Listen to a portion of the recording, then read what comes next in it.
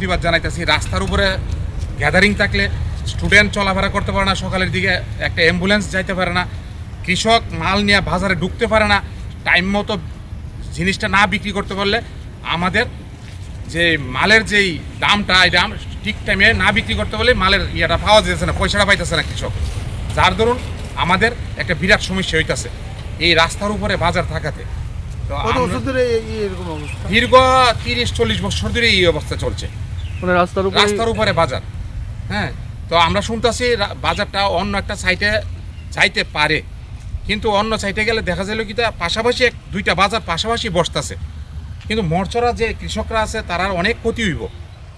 সেই ক্ষতির চিন্তা আমরা উপলব্ধি করে সেটা আমরা এখন চাইতেছি কি বাজারটা এখানে একটা পিডাব্লিউডির একটা অপ্রয়োজনীয় রাস্তা পড়ে রয়েছে, এটাতে নিয়ে আসার লেগে আমরা ঊর্ধ্বতন কর্তৃপক্ষের কাছে আমরা দাবি জানাইতেছি।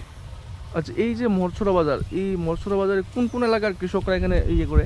মোহরচরা এলাকার বেশি কৃষক, অন্যান্য জুমবাড়ি থেকে আসে, মানে ঘাড়িনিয়া কৃষ্ণপুর থেকে আসে, তো ত্রিশাবাড়ি, হাওয়াইবাড়ি, হ্যাঁ, তেলিয়ামরা, ইসারবিল, হ্যাঁ, ব্রহ্মচরার কৃষকরা আসে এখানে।